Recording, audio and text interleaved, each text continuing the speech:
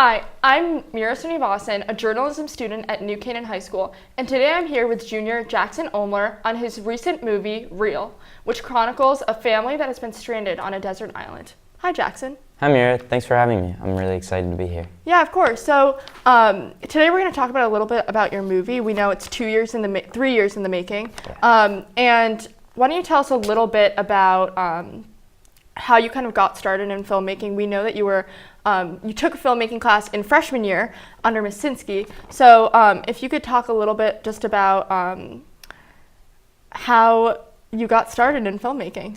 Yeah, I actually got interested in film when I was 7 years old. That was the first time I watched Jurassic Park, and that movie was really influential for me because like the minute it ended, I knew that was what I wanted to do. I knew that it was that filmmaking was something that I was going to be really passionate about and something that I wanted to do with the rest of my life. And as I got older, I did a few projects here and there, and then when I got into high school, they offered the course, and that was something that I really wanted to do.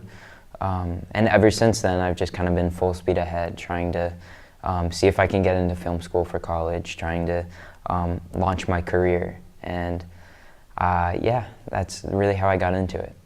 Awesome. And if you want, can you talk a little bit about, I know you spent a summer with Jay-Z or working in an internship in the city, so can you talk a little bit about that? So when I was 14 years old, I decided that I was going to get an internship instead of going to a film camp that summer. And I emailed every film production company within the kind of tri-state area, and no responses up until when I emailed this company, Scheme Engine, which is a division of Roc Nation, which is Jay-Z's record label. And they got back to me and they said that they really liked the stuff that I had produced freshman year, and they wanted to give me an opportunity to work with them and intern with them.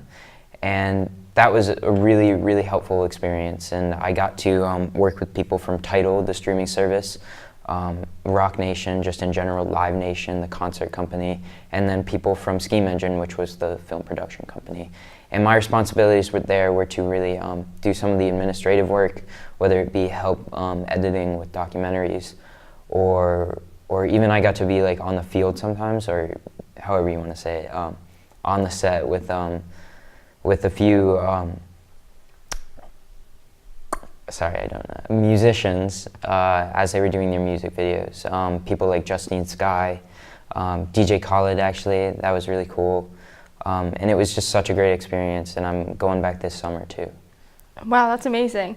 And so obviously you're also a full-time student throughout the year. Did you find it difficult to balance between, creating the movie and also balancing school life and swimming?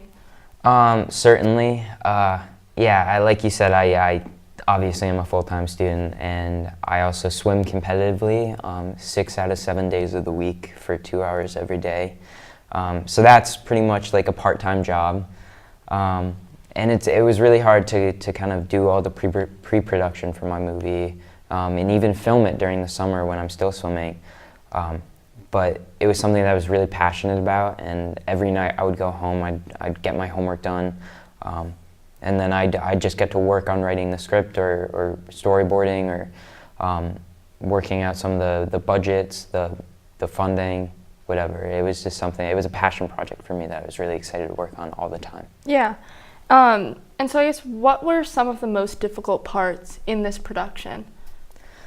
There were a lot of difficulties, especially being so young and trying to make a feature film when I'm 16, or when I was 15 actually. But I think the most challenging part was just time in general. These actors were not working for much. They were kind of volunteering their own time to help me create this project that I had been working on. And I only had 6 days to film it all, and an hour-and-a-half movie in 6 days is not easy, so it was really just getting the most out of my time. And I was kind of up from from dawn till dusk every day, just trying to film as much as I could.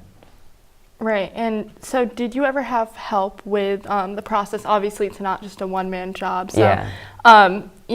Did you have anyone help with casting and editing and? Yeah. So I did most of the behind the scenes work with producing, writing, directing, and editing. But I have a great family who supports me, and they were really willing to just go out of their way and help me. So my mom helped me with casting my actors and finding the right people to portray the characters that I had written. I had a cousin and a friend help me actually film the movie, and I had a small crew who was there to help me and go through some of the grunt work with me. And while I have done most of the editing on my own, I have a composer out in LA who is writing the score for the movie. Wow, and to that end, we know that you recently were a finalist for the Wilburn Fellowship. And so how did that kind of play a role in the post-production process, if it did? Yeah, so the Wilburn Fellowship was really nice. I ended up being a finalist, and they gave me a stipend actually to help with the post-production of my movie. And that allowed me to get some great VFX and actually hire the composer that I was talking about out in LA, and he's doing great work, and I'm really thankful to have received that. Great, and obviously it's been 3 years, and you had an original vision for the movie. So now that you're kind of towards the final, the last stretch in the production process, how has the movie kind of turned out, and has it kind of fulfilled your original goal? Yeah, certainly. I work on it pretty much every day. I go home, and it gets tedious at points when I'm thinking about it. I'm thinking, well, this could be better, and I just want to make it perfect. But when I kind of take a step back and I watch what I've made, I think it's pretty much exactly how I envisioned it, and it's turning out really well, and I'm really excited for everyone to see it. Yeah, and so my final question is, what's your favorite scene or shot of the movie that you think will really resonate with the viewer once it comes out on June 22nd? Yeah, so there are a few scenes that are really impactful. I think the opening scene is really great. It's very chaotic and kind of hectic, and it shows just after the plane crash what's going on. But I think the most emotional and impactful scene of the entire film really comes when the main character, Andrew, starts talking to his mom after the crash, and you get to meet her and see her character and see the strong bond that they have. And their relationship really holds up his relationship with the rest of the family. And it's something that is a common trend throughout the rest of the film, and something that's really important to the plot. Great. Well, thank you so much for speaking with us today. Obviously, it's an incredible feat to, complete a movie at just 16. So this is Mira Srinivasan, and this is Jackson Olmler, and we are done.